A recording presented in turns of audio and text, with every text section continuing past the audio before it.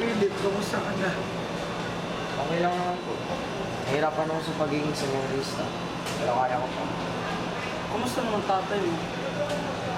Okay lang po siya. Okay lang naman yung kalagayan niya. Wala akong nangyari sa kanya sa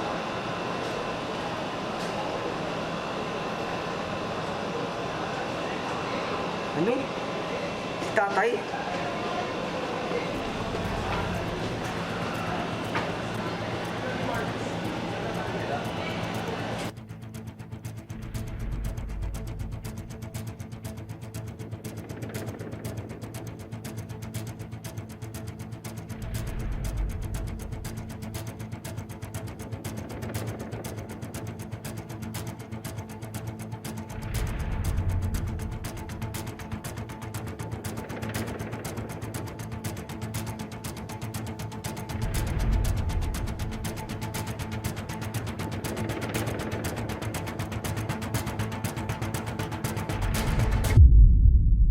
Philip, anak. Gusto kasi ni tatay na maging pari ka pag laki mo. Ayos lang ba yun, nak?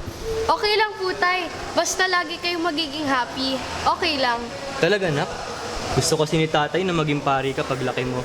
Para marami kang kaluluwang maliligtas kasi ipagdadasal mo sila parati. At kung aakitin ng heaven, ikaw magbubuhat sa amin. Ayos lang ba yun, nak? Pwedeng-pwede talaga, tay. At pag nangyari yun, very good ka kay Jesus. Pero, tay, maiiwan kayo dito sa bahay ng mag-isa at mamimiss ko kayo. Anak, huwag mo nang isipin yun. May mga pari naman dun. May mga father naman. Isipin mo na lang na yung pari doon ay ako para hindi mo ako mamimiss. At huwag mo na masyadong isipin si tatay. At basta mag-focus ka lang dyan at happy na ako.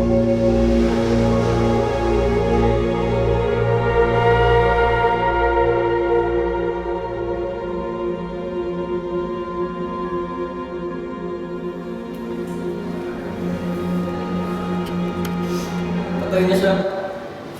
Yung motivasyon ko sa buhay ko. Igalit pa sa akin yung Diyos. Tana, Philip, tana.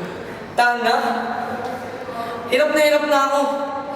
Tinatapos ko ba itong 10 taong kurso para maging padre, tapos masasabi mo lang sa akin, tana? Anak, may rason ng Diyos kung bakit nangyari yan. Rason? Anong rason, Pads?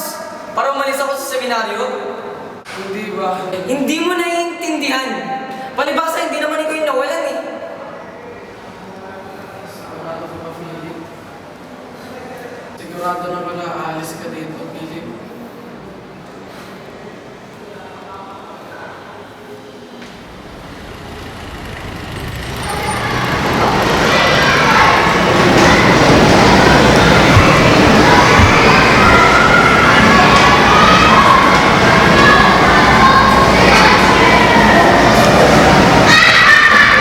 Philip, kapalito ka.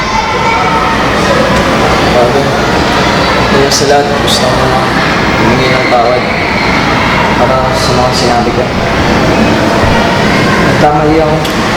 Inamin ko yun. Napadala lang ako masyado sa mga emosyon ko. Hindi ko muna inisip yung mga sinabi ko sa'yo. Napagtanto ko na pagpapatuloy ko pa yung magiging pare.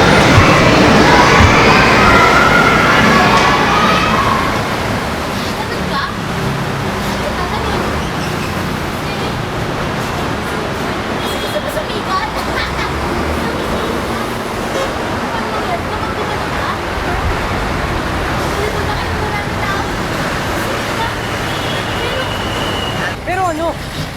Teka nga, ba't mo ba ang kinakausap? 137 taon ang makalipas bago maging pari ang isang seminaristang tulad. Sa katunayan, kapangalan mo siya. Pero alam mo noon, hindi lang siya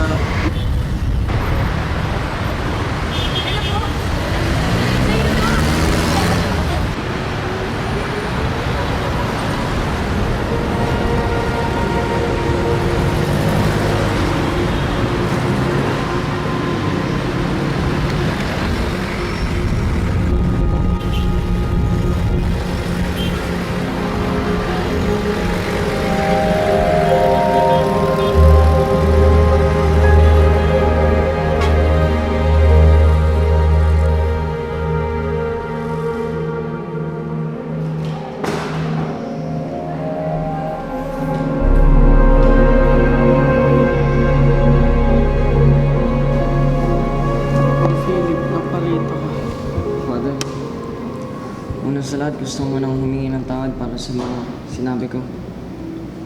Nagkamali ako. Inaamin ko yun. Nagpadala lang ako masyado sa mga emosyon ko. Hindi ko muna pinag-isipan yung mga sinabi ko sa'yo. Napagtanto ko na pagpapatuloy ko pa yung pagiging pari dito. Para kay tatay. Kasi alam ko na kahit wala na siya sa mundong ito, na mahal niya pa rin ako. Alam mo na, Philip, mahigit 100 taon na ang nakalipas simula nung maging pare ang isang seminaristang katulad mo. Sa katunayan, kapangalan mo rin siya. Alam mo noon, bago siya maging seminarista, nagduda siya sa sarili niya at muntik na niyang hindi tuloy ang pagpapari. Pero alam mo, ang Diyos ang ulit. Kapag ikaw ay pinili at tinawag niya, pinili ka niya. Kaya si Philip na kapangalan mo. Tinuloy ang pagpapari. Kaya nung sinabi mong aalis ka, hindi ako nangamba. Dahil alam ko babalik at babalik ka. Dahil alam